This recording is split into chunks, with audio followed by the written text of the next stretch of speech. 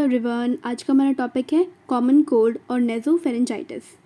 Exam point of view से हम यहाँ पे डिस्कस करेंगे। अगर आपके एग्ज़ाम में टॉपिक आता है को आपको कैसे लिखना है, तो सबसे पहले frequent illness in the childhood of upper respiratory tract. Okay, ये क्या है? फ्रीक्वेंट इलनेस है in childhood of upper respiratory tract. Cause क्या होते हैं? कॉज दो हैं, एक तो एजेंट के थ्रू होगा या फिर सराउंडिंग। एजेंट है एडिनोवायरस, राइनोवायरस, इन्फ्लुएंजा। सराउंडिंग है chilling, sudden exposure to cold air और एलर्जी। थर्ड हम पॉइंट देखेंगे स्प्रेड। स्प्रेड कैसे होता है? By droplet. ठीक है, ड्रॉपलेट इन्फेक्शन है ये। क्लिनिकल फीचर आप बिल्कुल ध्यान से सुनो, सुनते ही आपको याद हो जाएगा। थिन नेजल डिस्चार्ज होगा। Second is irritability, third is fever, fourth is cervical lymph node enlargement होगी हमें सर्वाइकल लिम्फ नोड की। नेजोफेरेंजियल कंजेशन हमें देखने को मिलेगा। Stitching tube opening may be blocked, जिसकी वजह से हमें क्या होगा? सीरियस ओटाइटिस मीडिया होगा।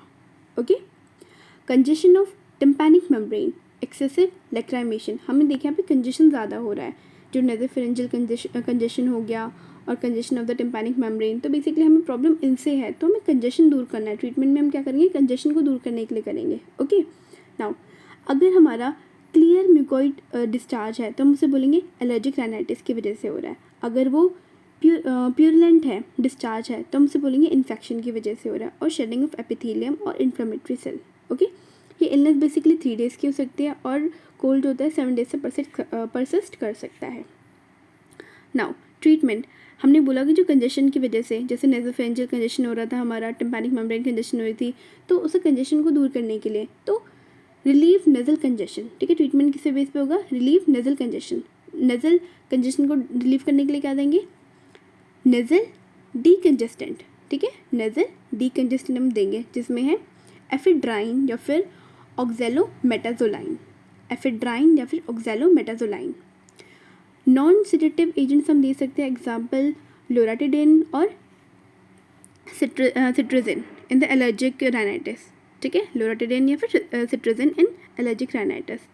अब बेसिकली क्या होगा? अगर फीवर है तो उसके लिए एंटीबायोटिक देंगे, जिसमें पैरासीटामॉल है, एसिटामाइनोफेन आप लिख सकते हो उसे। And cough syrup should not be given. ठीक, कफ सिरप हम नहीं देते हैं। एंटीबायोटिक देंगे इन केस ऑफ जहाँ पे प्यूरलेंट डिस्चार्ज होगा, प्यूरलेंट सिक्रीशन होगी, क्योंकि वहाँ पे बैक्टीरिया इन्वेट कर रहा है। ये हमें थोड़ा हिंट मिलेगा, तो हमें वहाँ पे एंटीबायोटिक ही देनी है। ठीक है, नाउ प्रोटेक्टिव मेजर हम क्या ले सकते हैं? Protect from the sudden exposure to the heat and keep warm during the winter month. MONTHS। ठीक है, मंथ हो गई, मंथ नहीं है तो बेसिकली। ठीक है, तो इसमें बस ट्रीटमेंट में एक छोटा सा पार्ट है बस इसमें कि हमें नेजल डीकंजेस्टेंट यूज़ करना है, एंड जो एंटीबायोटिक मेडिसिन यूज़ करनी है, एंटीबायोटिक यूज़ करनी है in case of bacterial infection, and protective measures लेने हैं। बस ये 3 चीज़ें हैं। ओके, 4 चीज़ें हैं बस ये। तो यहाँ पे हमारे टॉपिक ख़त्म होता है, दैट इज़ कॉमन कोल्ड या फिर नेजोफेरेंजाइटिस। So thank you so much guys for watching this video. Stay connected for more videos and all the best for your exams.